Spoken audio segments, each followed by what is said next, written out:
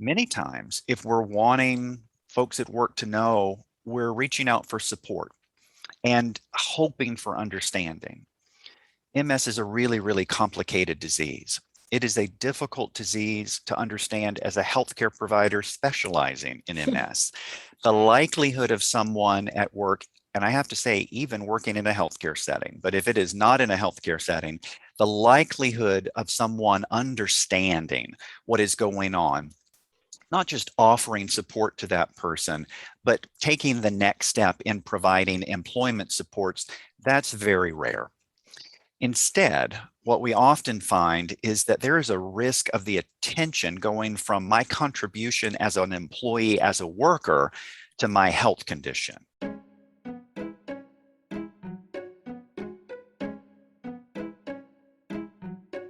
Welcome to the Find Empathy podcast, where we discuss the interaction between health and emotions. Make sure to subscribe to be alerted when new episodes launch. My name is Dr. Megan Beyer, a clinical psychologist specializing in chronic illness and disability. Welcome back to part 2 of the Employment and Disability in Multiple Sclerosis 3-part series. If you haven't yet listened to the first part of this 3-part series with Kathy Reagan-Young, I highly recommend you go back and listen to last week's episode where she describes retraining or how to find a new career that's flexible and accommodates different symptoms of multiple sclerosis, as well as many other chronic medical conditions.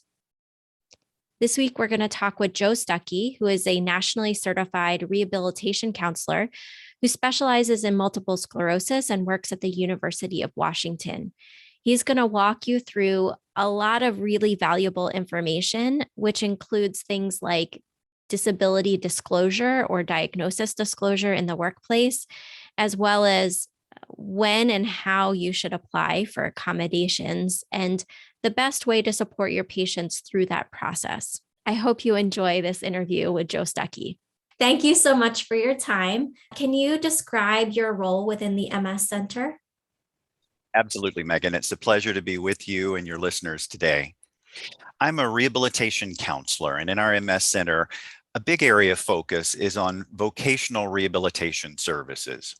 I work as a member of a multidisciplinary medical team that includes neurologists, physiatrists, rehab psychologists, nurses, social workers, pharmacists, rehab therapists that are physical therapists, occupational therapists, speech therapists, as well as neuropsychologists. The rehab counseling area of focus is really in patients' lives in that intersection between health and work. And in doing so, we strive to treat and understand the whole person, all aspects of life and health, to be able to be the most helpful, offer great guidance, and of course, the most patient-centered approach that we can provide. In rehab counseling, we work with both patients and families, and we focus on the impact of health changes, of course, at work, but also in educational activity and other life activities. When meeting with folks, I try to get the clearest picture I can on that individual's strengths and any limitations that can have an impact on the patient's goals and current activities. In doing so, medically, I'm in a clinic setting, work in a hospital-based organization, and I have great access to a broad range of medical information. To support our patients in being able to navigate the world of work when living with a health condition as complicated and as quickly changes as multiple sclerosis, having a good handle on what's happening physically, psychologically, cognitively, as well as socially is important. Another big area of focus in our service is adjusting to all of the changes, not just at work and in other parts of life, and providing counseling support in those areas. As a rehabilitation counselor, I'm a nationally certified counselor through the Commission on Rehabilitation Counseling Certification. And as such, I have training and education specifically focusing on how to best serve the needs of individuals with disabilities. And my specialization also includes medical aspects of disability and psychosocial aspects of disabilities and health.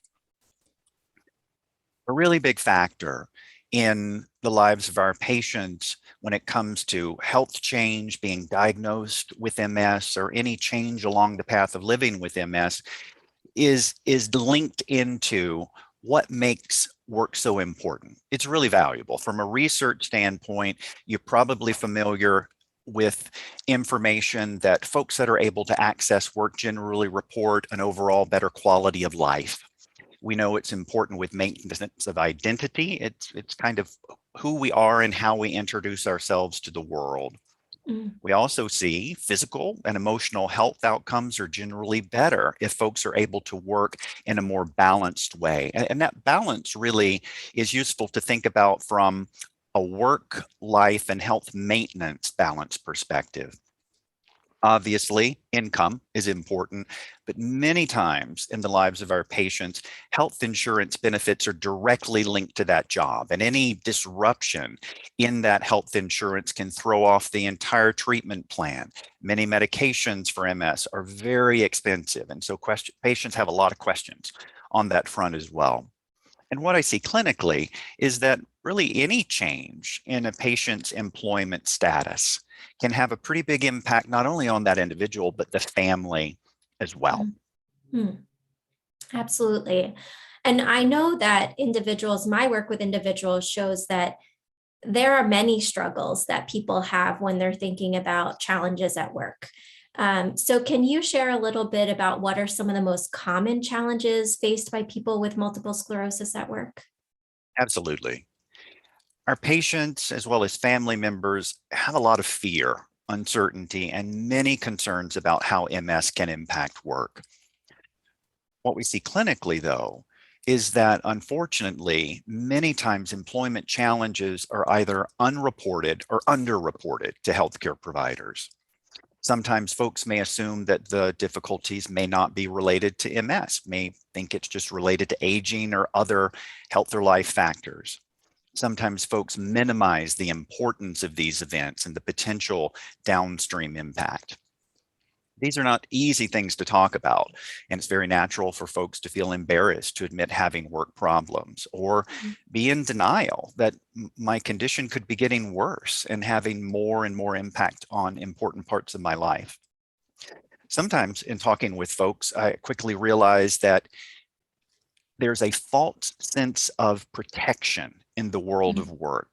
Identifying as a person with a disability, but not having a clear handle or understanding about the parameters of the Americans with Disabilities Act and how it can be helpful, but also where the limits fall. Often, what we find is that patients are reporting difficulties at work when they're in employment crisis. Once it reaches that stage, absolutely, I want to be involved. But when I can become involved earlier in the conversation, even at the time of diagnosis, it opens up a great deal more opportunity for early intervention and for patients and families to get the education and information they need to make informed decisions about navigating the world of work. We also hear a great deal that this is really like a balancing act between work and other parts of life. Investing time and energy in a career or having time and energy to invest in my health, growing my business or growing a family, trying to maintain performance at work or maintain relationships outside of work and friendships, taking responsibility to meet my job demands or responsibility for my own happiness and balance in life. It can get challenging. MS is one of the conditions that I work with where there are absolutely vocational emergencies that can stem from an onset of MS or at the time of diagnosis. Many times there's significant disruption in health and disruption at work as well. It can occur during periods of exacerbation or over the course of the disease, a building effect or a cumulative burden, really, of the disability and disease that starts to cause these vocational emergencies. That can include job performance challenge, which could stem from cognitive difficulties. Maybe I'm having more difficulty with memory in our conversation, and so I'm forgetting important work aspects that I need to attend to. I might have difficulty processing information, maybe in a group meeting or a Zoom meeting with multiple people talking at once. I could be having more difficulty with errors or missing deadlines. All of those things can lead to performance feedback that's negative. If I have a job that involves physical activities, it's important to think about my capacity physically and if my limitations really exceed the physical or fall below the physical demands of what I'm required to do at work. Fatigue is another really big challenging symptom for patients. It is, in a sense, the currency through which we purchase activity. If I don't have the energy, I'm not doing it, both cognitively and physically. The combination of these challenges can certainly lead to reduced productivity, more difficulty staying on top and keeping up with work activities. If I'm out of work more often for more medical appointments, or I'm just not feeling well, that can certainly draw negative attention. An additional impact can really stem from what I share at work and how I go about doing so. It's really natural to confide in our friends and colleagues. We hear about their changes in health status, and something as significant as a diagnosis of MS is absolutely something that we naturally want to share.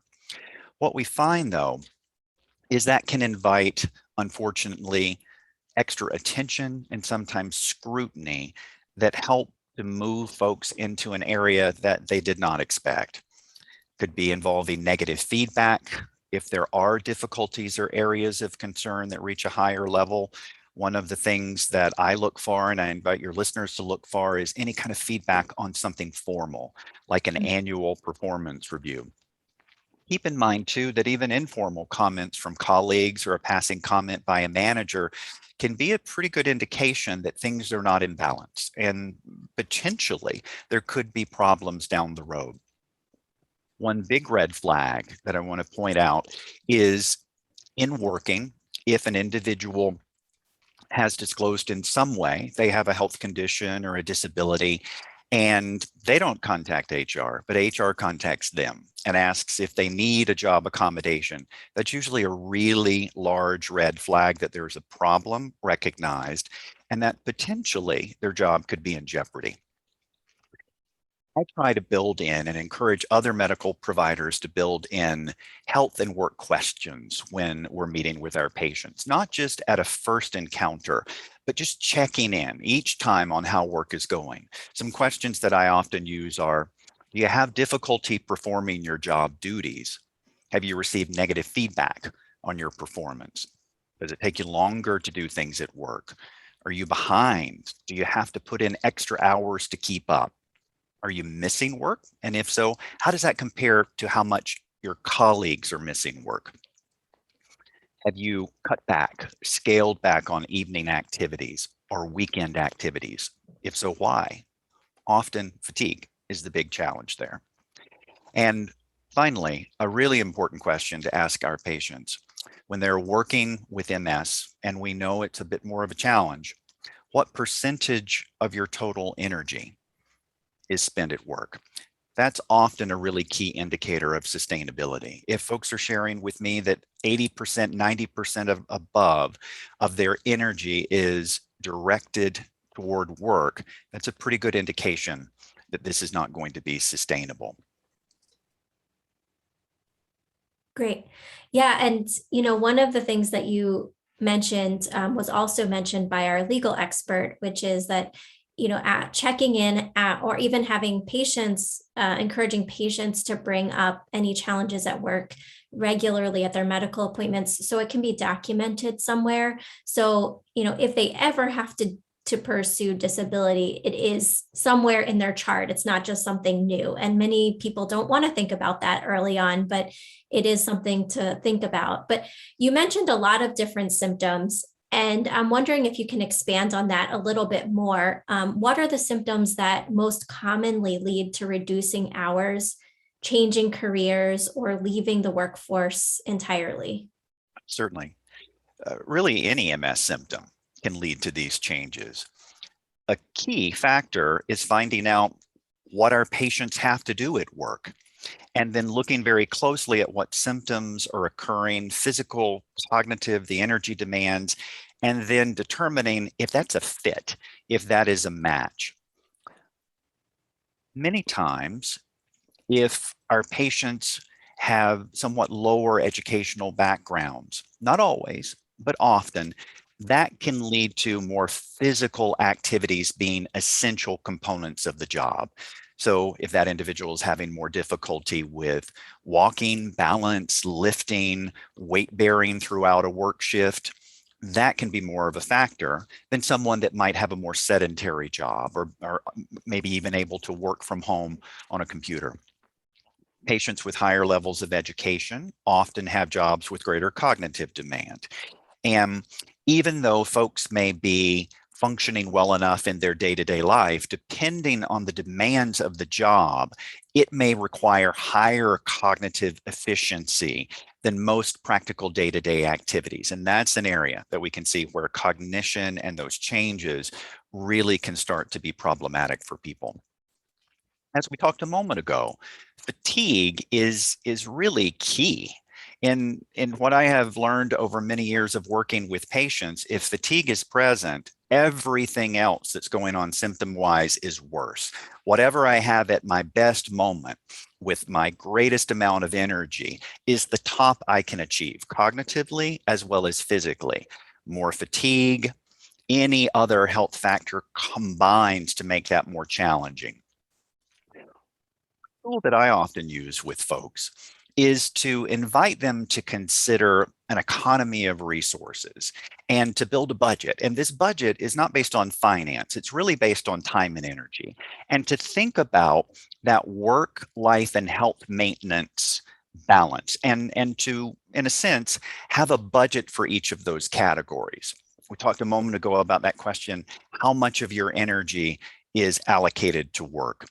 And what we know is that with symptom progression, more and more things shift from personal relationships, hobbies and interests, home life activities, household chores, maintenance, also health maintenance, fitness and exercise, because I can't afford to spend that time and energy in those categories.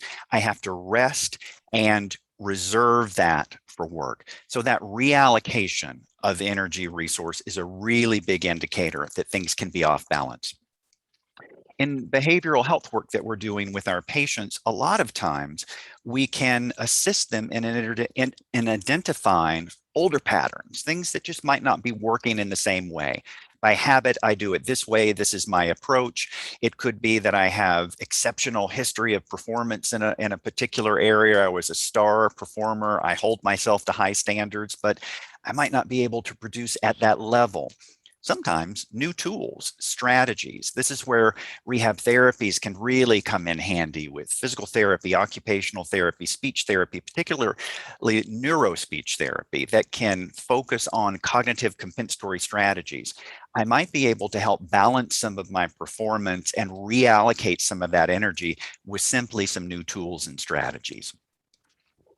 Educating our patients and helping them become more expert users of this budget, encouraging them to track information and recognizing when they're having particular areas of difficulty to go back to the budget to see what's happening on that front. That's great.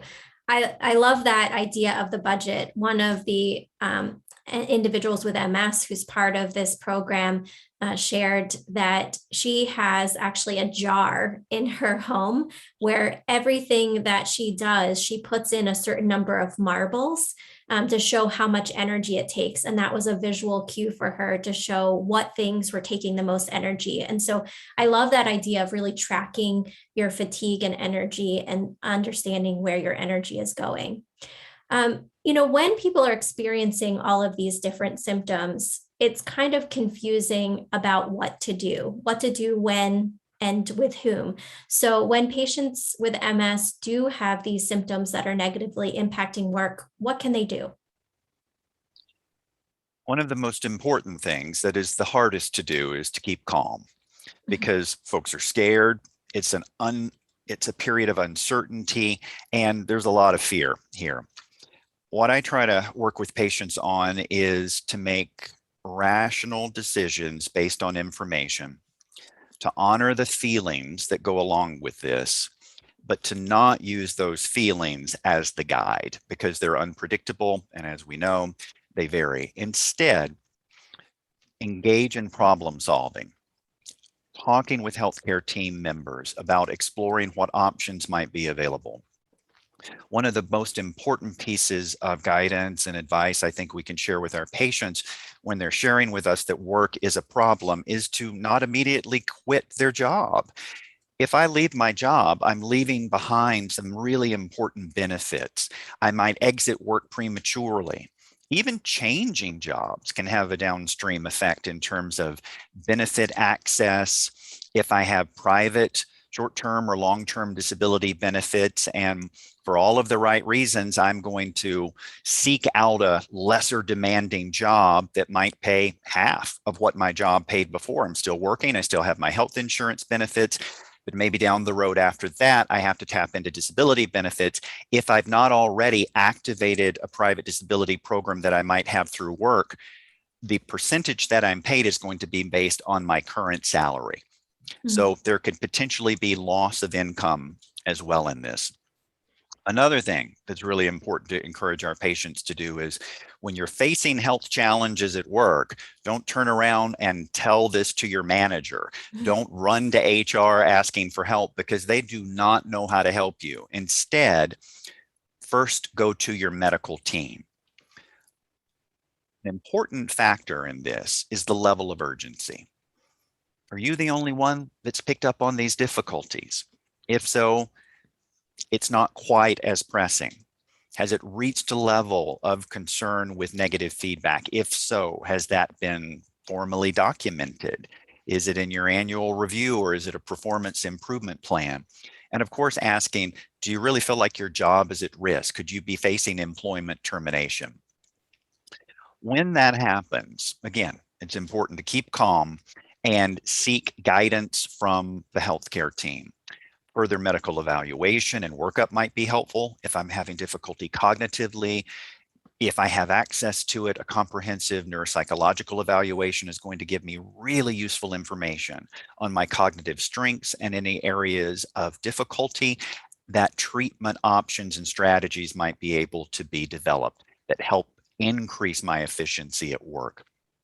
Also during this time, in keeping a lower profile, try to collect as much information as we can on what benefits are available that may be able to allow us to take a medical leave of absence. Are there some wage replacement benefits, either through a program at work such as short-term disability? Some states have short-term disability programs now as well, including Washington State. It's important as a healthcare provider to recognize that many times we can't see the full picture. And if we can't see the full picture, we can't come up with all of the different solutions and options that might best serve our patients' needs. Engaging in an interdisciplinary approach to problem solving and care often is a better strategy. I feel very fortunate to be able to work with a broad-ranging team and reach out to individuals for feedback, treatment options. And this doesn't only have to occur at the time of a problem. Many times having an opportunity to be referred to a psychologist or talking with a nurse educator about learning more about my condition, what could happen, and what early intervention strategies, particularly around work, might be helpful. The earlier I can meet with someone, absolutely the better. And so think of vocational rehabilitation as one of those early intervention strategies too. In general, a collaborative care approach can really help to identify barriers, develop job supports, and ultimately help our patients make the most informed decisions about work and navigating living with MS while working. There's a process that occurs and it's nonlinear. I'm going to describe this in a bit of a linear way, but I want to point out that it doesn't always move in this fashion. If we look at what our patients share with us in research, the far majority of people, when they're diagnosed with MS, are working full time. Over time, the number of people employed definitely declines. By 5 years out, that percentage is significantly lower. Many times, if folks are experiencing difficulty with working, there may be some changes that help them to continue doing so. Maybe a formal job accommodation through the Americans with Disabilities Act. If I have more difficulty in the morning with fatigue and it's reasonable for me to start my day a little bit later, that could be a very reasonable accommodation that allows me to continue to be productive at work. I might reach a point where I can't do this particular job, but there's another job that is a great match that I might be able to transition into. Some folks find that maintaining a full-time work schedule may not be doable, but 3/4, even half-time, if I can work half-time, I can maintain health insurance benefits, and that might be a very reasonable change. Again, anytime someone is considering a job change or a work schedule change, take a close look at those disability benefits through work if available to that employee, because it may be possible to start the application in my own occupation, my full-time job, and receive some wage replacement for my reduced income. Over time, working full-time or part-time might become more challenging, and it might be necessary to take a medical leave of absence or even start to that transition out of work.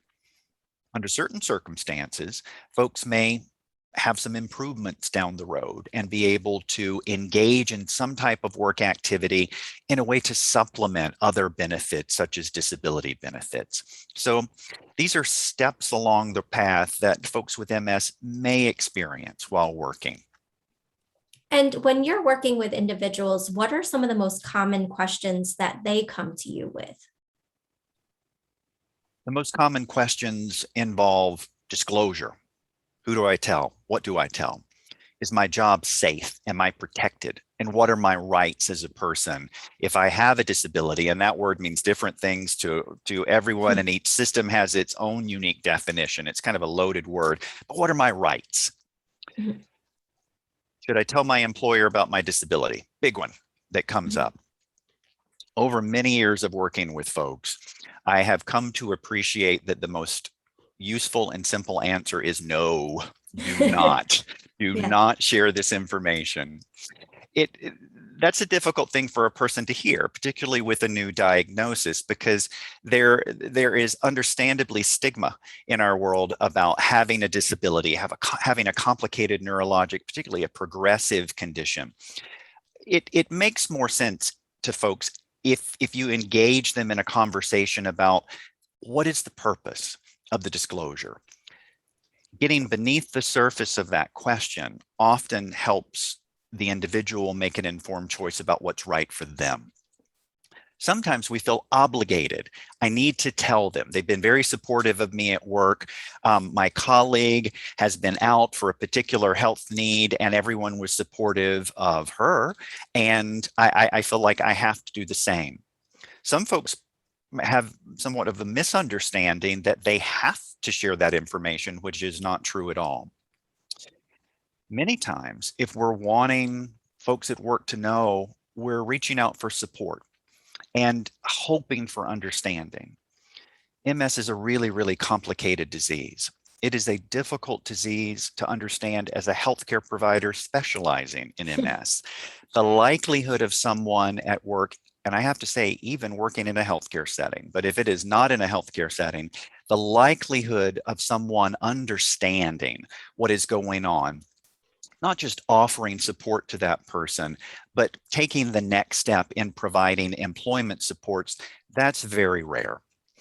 Instead, what we often find is that there is a risk of the attention going from my contribution as an employee, as a worker, to my health condition. Sometimes that can lead to my value, my perceived value by others, including my manager, maybe being reduced. Disability discrimination is absolutely illegal, and it absolutely happens all the time. Many times, folks may not even have realization that they are engaging in discriminatory behavior. I've worked with patients who are very, very clear in their experience that they were passed over for a job promotion because of an attitude that a manager or hiring manager had. I've also talked with patients who describe their manager as the most supportive person that they know. And the manager elects to not put anything else on that person's plate and passes that individual over for a potential promotion because they don't want it to be even more burdensome. Now, the manager probably has no real depth of understanding about what makes that promotion a better fit. In this promoted role, I might not have to check in and out of work to be able to go get my infusions. I might not be depleting my sick leave in that way.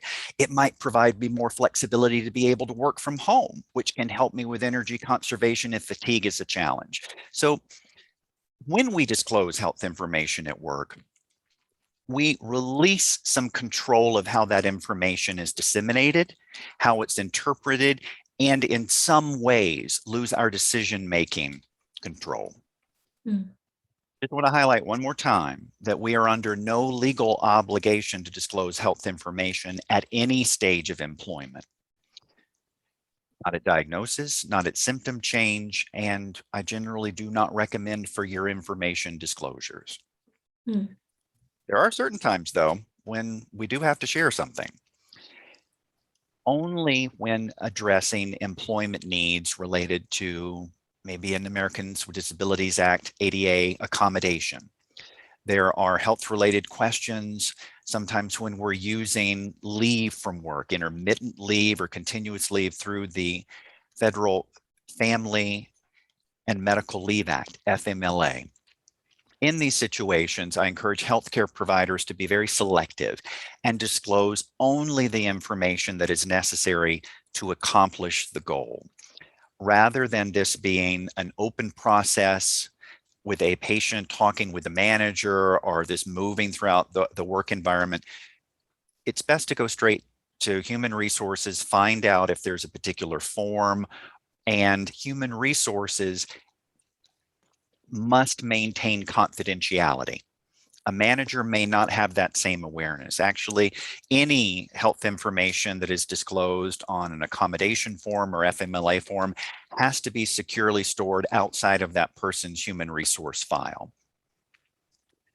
Another big question that comes up, can my employer discipline me or fire me if I have a disability? I'm sorry to say that the answer is yes. And I'm also sorry to say that I have talked with a number of patients that have misunderstanding in this area. One of the key things that I think is the most important in navigating work when living with health impact is keeping in mind that for the most part, I need to be able to meet the key parts of my job. Now, if there is a way for me to be able to do so that might be a little bit different than standard, maybe through an accommodation process, that is great. If that's reasonable and I can perform my job, I'm secure. However, if I cannot perform the job, if I am having difficulty with mobility, and my job involves weight bearing and walking long distances, if I can't meet that demand, I can absolutely risk facing disciplinary action or even job termination. So again, understanding clearly what are the challenges that our patients are facing in terms of their individual health experience and what are the individual demands of that job. That helps us as providers better guide our patients. Again, employment termination leads to a loss of a lot of things, not just income, loss of medical benefits. And if I am let go, fired from work, laid off, which can be a creative way to remove employees, at that point, if I had access to work-related short-term or long-term disability benefits, it goes out the window. I have to activate those while I am an employee. On medical leave status is fine, but while I am an employee. Instead, an approach that allows the patient to buy time can be really, really helpful. This kind of fits into that early intervention approach that I referenced earlier. During this, it's important for patients to immediately get in with healthcare providers. Again, I know I've said this and it's really important to repeat, do not quit the job. Instead, even if we know there is no way this person can continue doing this job, instead go out on a medical leave of absence. If available, using benefits such as Family and Medical Leave Act, which we're going to talk about here briefly for just a moment, and tapping into any other resources such as short-term disability.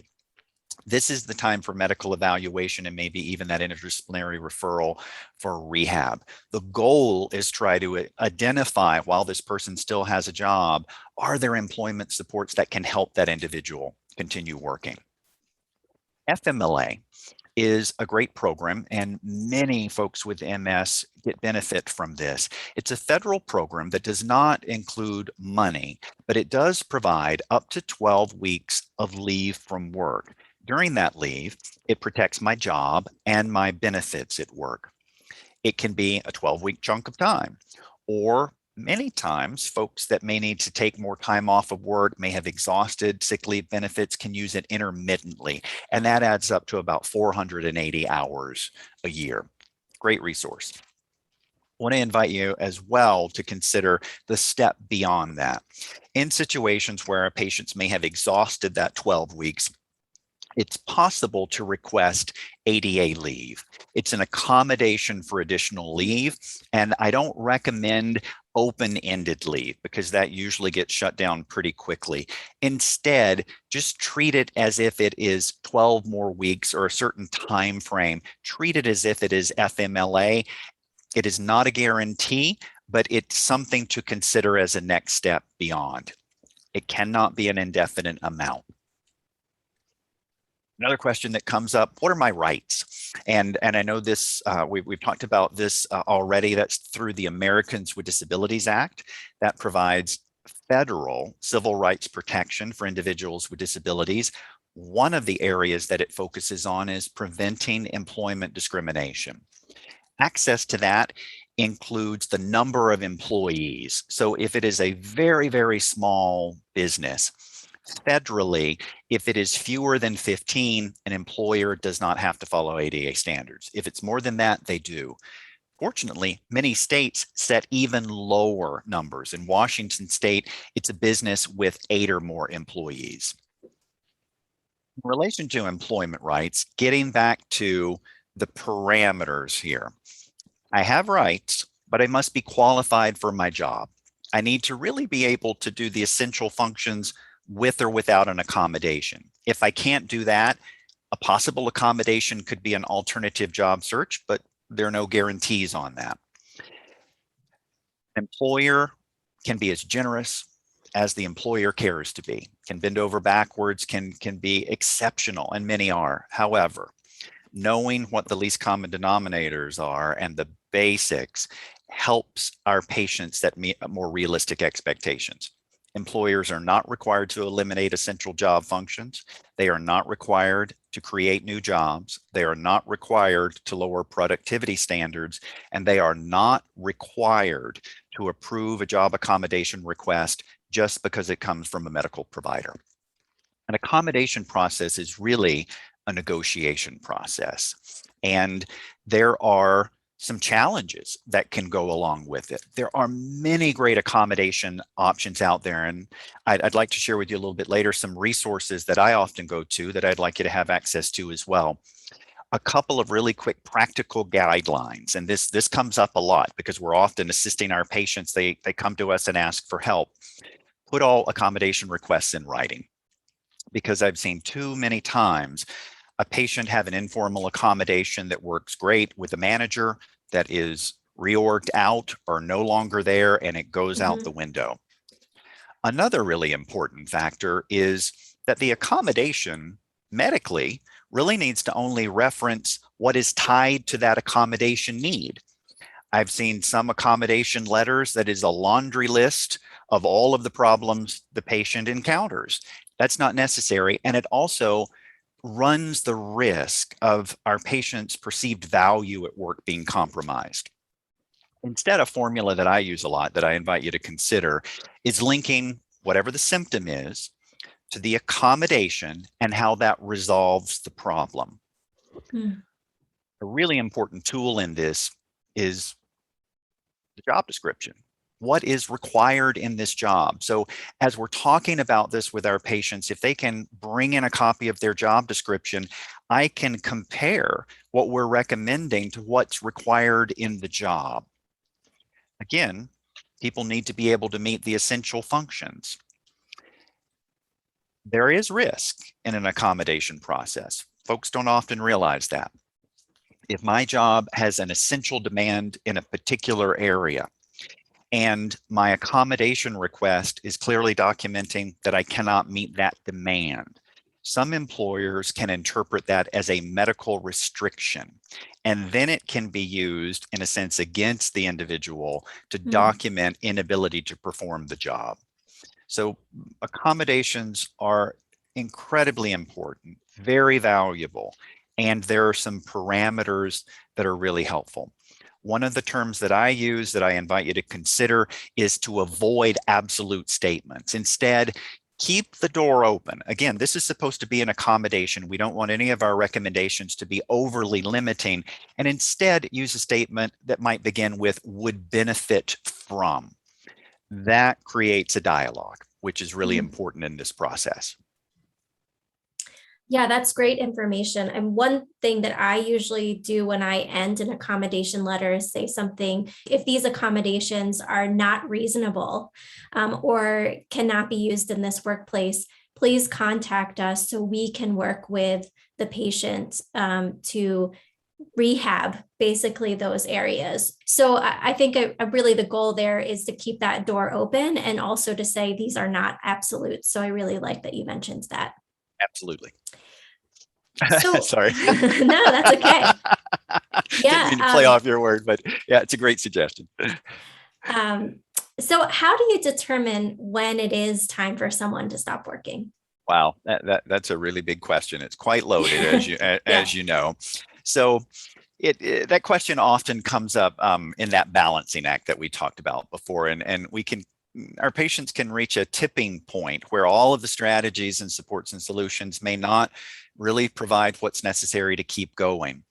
These changes, that tip, can be gradual and in kind of an accumulation of challenge and burden over time, or it can be abrupt with an MS flare where things don't go back to baseline and suddenly our patients are faced with the challenge of needing to exit work.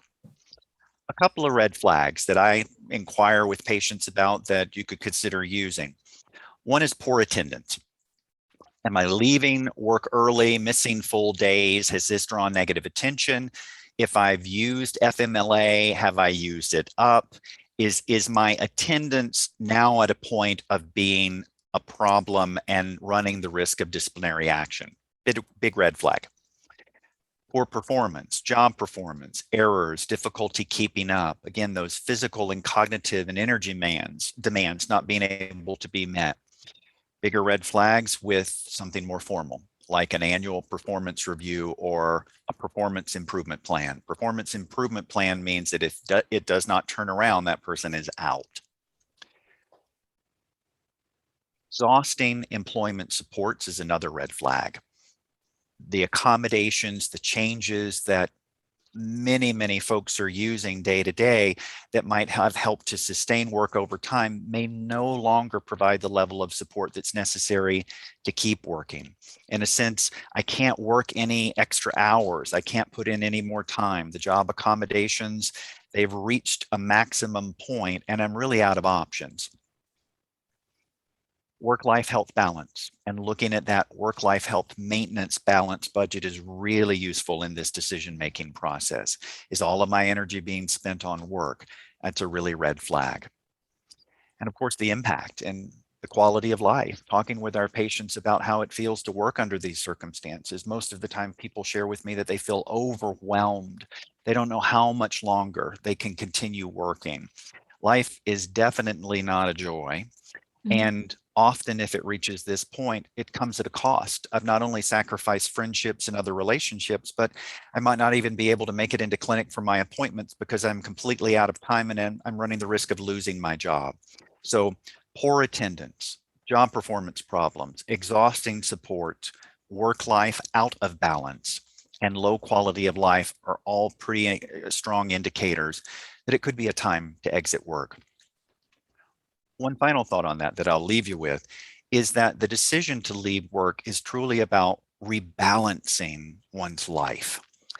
I've talked with a lot of folks and helped them navigate this process. And years ago, when we used to be in restaurants and people could see our faces and those kind of things, I had a patient walk up to me that I had seen years before that said the coaching that it was time to exit work was one of the best decisions that she had made, that she was able to regain so much in her life by making that difficult decision and being able to reallocate all of that time and energy that she had been investing in work for so long into these other important areas.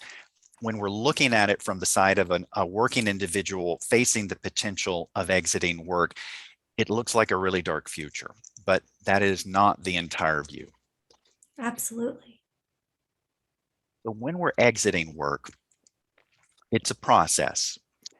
Again, not resigning a job, but instead going on medical leave. Collect as much information on medical benefits, what financially is going to be the impact. Don't leave anything on the table. Now, folks don't make as much on disability benefits as working, so there can be many times some lifestyle changes or other things that need to be evaluated. Talk with the medical team. Involve family in decision making as well. And from a behavioral health standpoint, reach out for support. This is an emotionally difficult process, but because we're talking about limitations, many times loss of hopes and dreams, part of our identity, a huge part that we don't feel like we have access to. And this is a lot of adjustment and acceptance that occurs over time. Going down that path of exiting work often runs into the path of applying for disability benefits. And just a few notes on that are, I think, helpful to remember. Our patients need to be up to date in medical care. You referenced prior conversation kind of in these areas. Patients need to follow a treatment plan. They need to report what is happening to the medical provider so it's documented. Because if I'm applying for disability benefits with a laundry list of challenges, but that is echoed nowhere in my medical record, it will lead to a denial. Other things that are really helpful in applying for disability benefits is to use all of the negative information, things that I would never want to admit happen, disciplinary action, negative reviews, work attendance records, to substantiate and to provide more information in that disability claim. Also, not just work, but very specifically describing how working took away from my ability to meet other very basic life demands. A couple of things that are important to narrow down and get agreement upon with health providers is my date of disability. When is this date going to be used and echoed in my medical reports? Also, as I'm talking with my medical providers, as I'm filling out forms for disability, whatever type that is, our tendency is to describe what we can do on our best days. That is not helpful. 3 weeks ago, I walked a mile. Well, that's excellent. And not to take anything away from that, but what do I have the ability to do consistently, repetitively, day after day? An easier approach, more straightforward approach that I recommend for patients is to describe your worst day, maybe up to your average day, definitely not your best, because when you're living with MS, you don't get to pick and choose when those days or times of days fall. Another important factor, particularly if folks have been living for a while with MS, is the comparison of how I'm describing my symptoms now to what? Is this my new normal that I'm talking about? Or is this how I am concretely functioning now and what those limitations are compared to full function? And it needs to be full function. Very, very quick example here. In talking with a gentleman about day-to-day impact of MS, one of the questions that Social Security Administration asks is about bathing. And I asked the patient. He said, nope, I bathe, I'm good. Well, I knew that wasn't the full picture. However, if that's what he reported to the Social Security Administration, they take him on his word. After a more in-depth discussion about how he actually bathes, what has changed, he bathes by using a shower chair. Why is that? What is the limitation? It's important to state limitations. It was because of bilateral lower extremity weakness, balance challenge, difficulty standing in the shower, and a history of falls. Suddenly, bathing, which is now the new normal for him to bathe 2 times a week rather than every day and use his shower chair, he bathes. But Social Security needs the full picture comparison. Remembering that this is stressful, no emotional pleas in disability reports. It is difficult emotionally, though, because we're working with our patients as they're describing the worst parts of having MS. Adapting, living the new normal, not comparing is what we're all encouraging and coaching them to do in adjustment and acceptance. You have to step out of that mode and take a hard look at what is missing and what has changed. And many times that leads to increased depression, feelings of being more out of sorts and out of control. So partnering with our patients on being emotionally supportive and recognizing this is not a statement of value. This is a work and insurance process to be able to access benefits that are really important. It's important to treat it as an insurance project rather than a statement of identity or value. Another key part is to enlist the help of family and friends that can give us not only support through this, but can offer a different perspective that can be really valuable in offering a more complete description of limitation. Wonderful. And one final question. What are the resources that you recommend either to people with MS or to mental health providers or medical providers on MS and employment? Great question. Happy to share. So a key resource, particularly in supporting our patients with working, is to tap into state-based vocational rehabilitation agency services. There are vocational rehabilitation agencies in each state. It's a federal requirement that take place, and they have in common a desire, a mission to serve people with disabilities who want to work but face barriers to finding or keeping a job. That's at the top of the list. Another great resource is through the Job Accommodation Network. It is a wonderful nonprofit organization that has a tremendous wealth of information for employers, for individuals with disabilities, for health providers on many different types of health conditions, accommodation options, legal resources, and you can connect and speak with job accommodation experts there as well. I want to give shout out to the University of Washington Multiple Sclerosis Rehabilitation Research and Training Center that has excellent resources online, as well as a free workbook online that has many chapters that touch on employment, Social Security disability, managing health symptoms, and it's called the MS Workbook, Living Fully with Multiple Sclerosis. Those are the resources that I often share with patients. The National MS Society, last but definitely not least, is an excellent resource on information about disability benefits, working, navigating the world of work with MS. Great. One final follow-up question. If somebody wants to find a vocational counselor or a professional like you, where do they search? The first place to inquire is with healthcare teams. In some settings, there may be a clinical rehabilitation counselor like me partnering with the team, and it may not be in each clinic. So if you're working with a larger organization like University of Washington Medicine, I'm in rehabilitation medicine and work with our MS Center as well. So that's a great first step. Unfortunately, there are fewer of those throughout the country. And going back to state vocational rehabilitation agencies is really key. That's probably going to be the place where most folks can access those vocational rehabilitation services. And they're available in each state and many times locations throughout the state. Wonderful. Well, thank you so much for all of this information. It was really valuable, and I appreciate all the time you took putting this together for us. Oh, absolutely. It's my pleasure to talk with you and share information. Thank you, and thanks to your listeners for all of your great work.